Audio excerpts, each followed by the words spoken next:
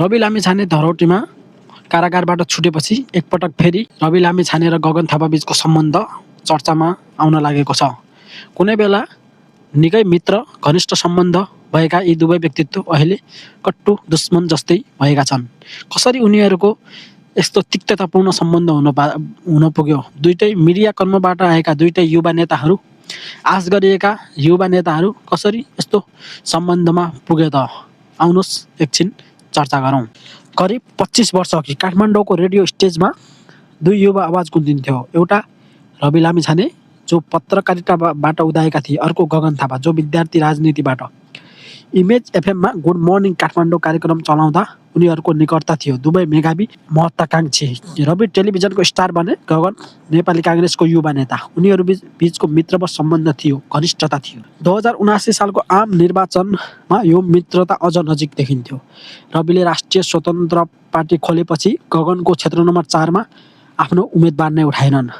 रविले सार्वजनिक रूपमै भनेका थिए, हामीलाई गगन थापा जस्तो मान्छे चाहिन्छ। राष्ट्रपाले चौथो दल बन्दा पुराना पार्टीहरू हल्लिए, तर गगन र रविको सम्बन्ध अझै राम्रो नै थियो। तर यो मित्रता धेरै टिकेन। 2080 को उपनिर्वाचनमा फाटो सुरु भयो। तनहुँ 1 मा काङ्ग्रेस छाडेर रासपा गएका स्वर्णिम बाग्लेलाई रविले उम्मेदवार बनाएपछि गगन थापा रिसाएका थिए। आफ्नो विश्वासपात्र मानिने स्वर्णिम बाग्लेलाई रवि लामिछानेले लगेर तनहुँबाट उम्मेदवार बनाएपछि गगन थापा रिसाएका थिए। त्यसपछि विभिन्न कार्यक्रममा गगन थापाले स्वर्णिममाथि आगो उकाल्ने काम गरेका थिए। रविले पनि जवाब फर्काए, यो सुरुवात मात्र थियो।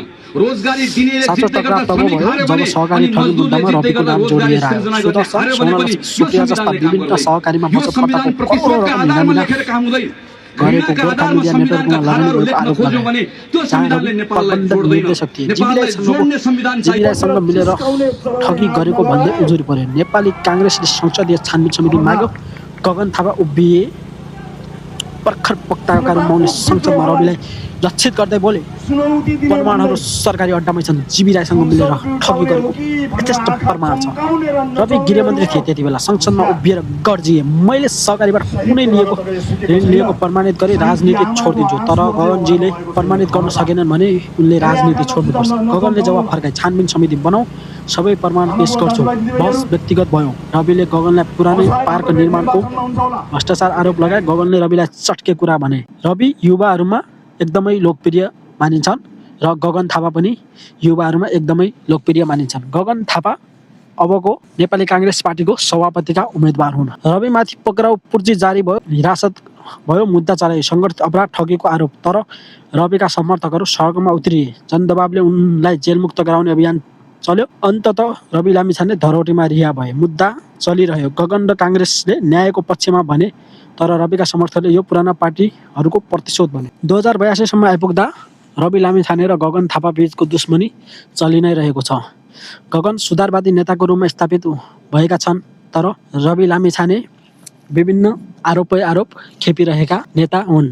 उनका 2वटा पासपोर्ट काण्डदेखि बहुविवाह काण्ड अनि पुरासैनी हत्याकाण्ड जस्ता विभिन्न आरोपमा उनी मुछिँदै आएका छन्।